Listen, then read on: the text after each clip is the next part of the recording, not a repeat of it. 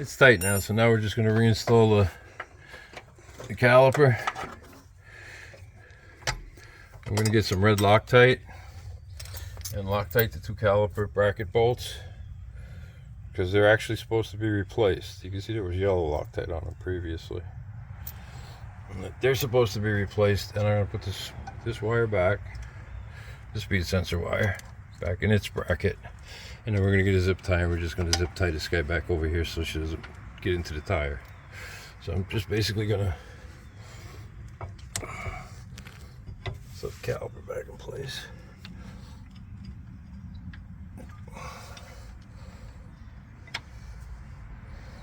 Of course, one of the pads had to move.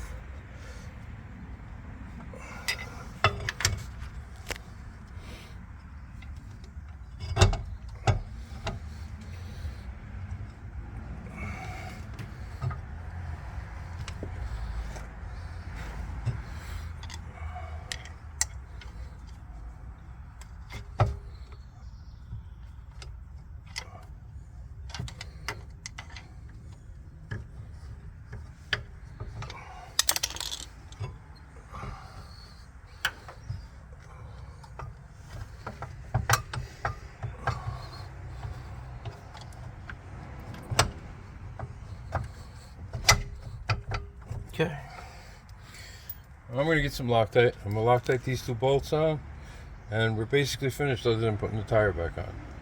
Like I said, I put a lug nut on here to keep the rotor from falling off while I had it tilted out, and that's pretty much it.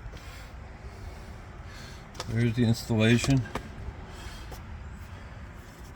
With the rubber boot. Like I said, once we set this back on the ground, this will more than cover this. It'll prevent the shock from getting dirt and debris on it and wearing out the seals prematurely. I hope this was helpful to you. I have these shocks available. I have 6 sets here, and I have another 8 sets ready to be modified. So one day I'll make a video and show you how to modify them yourself if you want to chance it, but it's a bit of work. Okay, thanks for watching, and don't forget to subscribe. Have a great day.